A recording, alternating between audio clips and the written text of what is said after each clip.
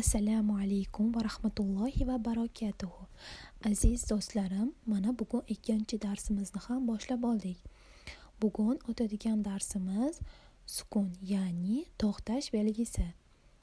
Bu dumaloqcha deyman, osonroq bo'lish uchun dumaloqcha ko'rinishga ega bo'ladi. Buni ko'p kishi bilsa kerak.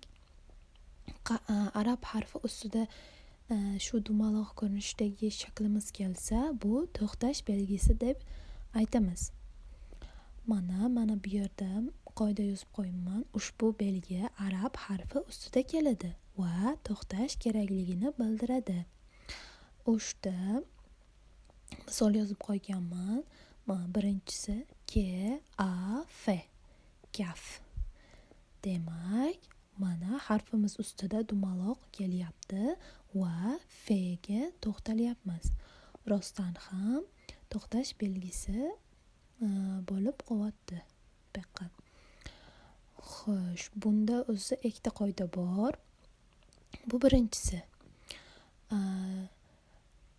Sukundan keyin harf kelmayapti. Bu birinchi qoidamiz. Ya'ni sukundan keyin harf yo'q.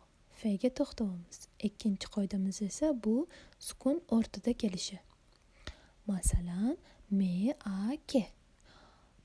Bu xuddi o'zbek tilida bo'g'imlab o'qiymiz-ku, xuddi o'shanaqa o'qiladi. Bunda ikkita bo'g'im bor. Ikkita sukun va ikkita bo'g'im. Mak-tab. Mana siz uchun oson bo'lishiga bu tomonga yozib qo'yibman. O'zi arab tili, u darsda ham aytib o'tganman, chap tomondan yoziladi. Mana maktab. Bo'g'imi ikkita bo'ldi.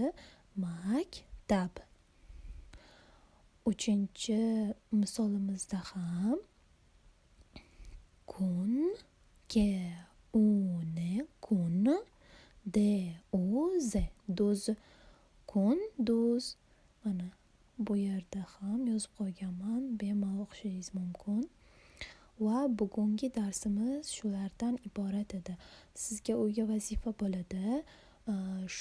Shunaqa qilib 10 ta misol yozasizlar va bu qoidani ham ko'chirib olasizlar.